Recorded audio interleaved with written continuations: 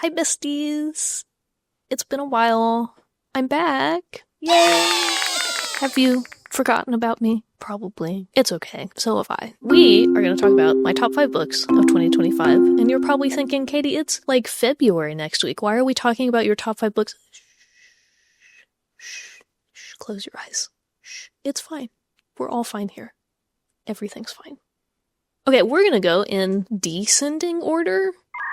My 5th favorite book to my top favorite book. That makes sense. We're gonna keep this kind of brief, because you might have heard me talk about these before, and I don't want to bore you into oblivion and then you leave me again and then I'm all alone again. But I still want you to know what my favorites were, you know? My 5th favorite book of 2025, Bleeding Edge by Thomas Pynchon. This is about Maxine Tartt. She runs a fine little fraud investigation business on the Upper West Side. Everything looks fine until she starts looking into the finances of a computer security firm and its billionaire geek CEO, and then it sends her on a crazy conspiracy-laden wild goose chase-esque adventure with a bunch of kooky characters. This is set in 2001 in New York City, and it's right before the collapse of the dot-com boom and September 11th.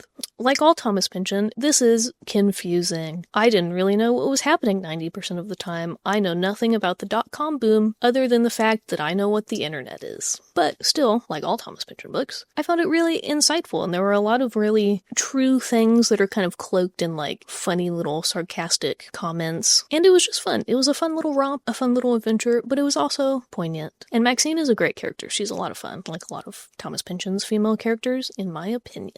He also, one thing that was funny about this book, a little crazy, is he kind of predicts TikTok and the rise of the short form content fiascos. It was released in 2013, but he still manages to kind of predict, I can't find it in here, it would take me too much time to find the passage, but he basically says we're all going to be addicted to short form, tiny little 30-second videos in 2013, probably prior to that, which is before, yay, brain rot. Anyway, I think it was good. It was a 5-star. It was enjoyable. If you like Thomas Pynchon, I think you should pick this up. If you've never read Thomas Pynchon before, don't start here. Pick up like The Crying of Lot 49 or something, because it is confusing, but it's fun.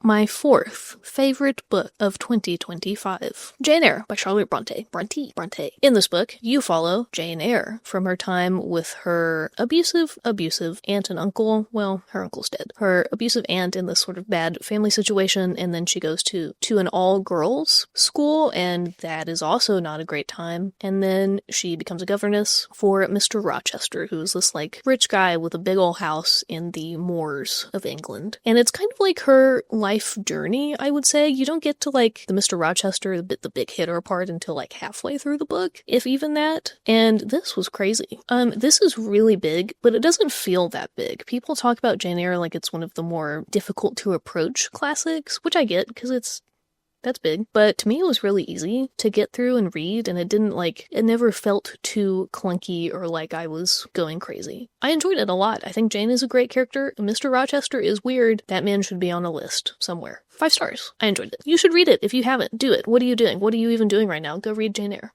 My 3rd favorite book of 2025, Every Sweet Thing is Bitter by Samantha Crewson. This book is about Providence Bird. When she is a teenager, she runs over her mother with the family car and gets sent to prison, and she becomes a felon. And then years later, she's released. She's out. I think she's a bartender, and she gets the news that her mother has disappeared. And so she goes back to her hometown to sort of meet up with her family again, her abusive fathers, her 2 younger sisters, and everything mixes, it gets complicated, and it's sort of about revenge. Do you take revenge? Should you deal out justice yourself? What does that mean? Who deserves it? Who doesn't deserve it? Well, what should you do?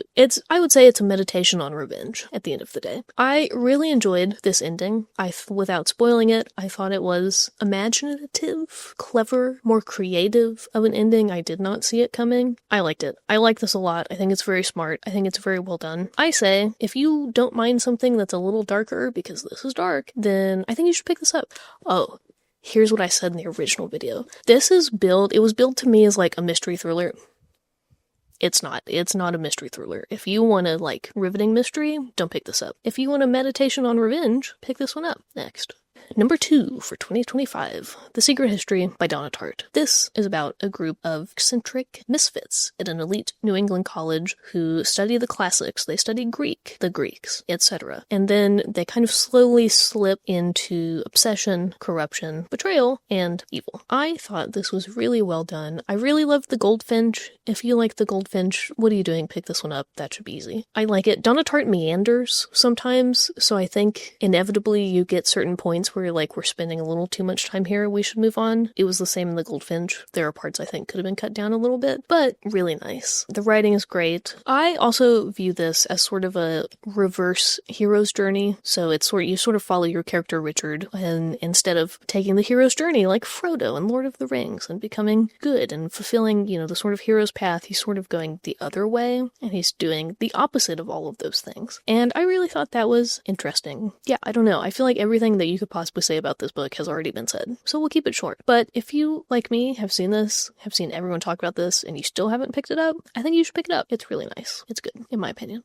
My top book of 2025, The Lords of Discipline by Pat Conroy. This is about Will McLean, who goes to the Citadel, which is a military college in South Carolina, and he gets sort of enmeshed in the terrifying injustice of a corrupt institution called the Ten. In my opinion, this is a, loss of innocence story, the innocence of Will McLean, as he sort of gets thrown into this sort of real-world reality. The writing is really good. There's a lot of hazing scenes, because it's about a military college in South Carolina, and the hazing can be a lot, but I think it is all necessary in sort of explaining the corruption of the Ten and of the institution and how Will responds to all of that. So I don't know that there's much I can tell you without spoiling it. I will say it's another big book, so it's a commitment. But I think Pat Conroy's writing is really good. I think this was really well done. I really enjoyed it. I think about it a lot, which is my sort of metric for what's my favorite book of the year. It's the one I think about the most, and that would be this one. So I think you should read it.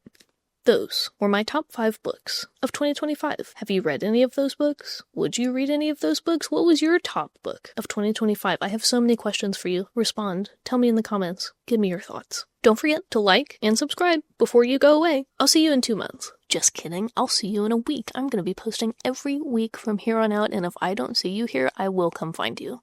We're locking in, people. Okay, bye.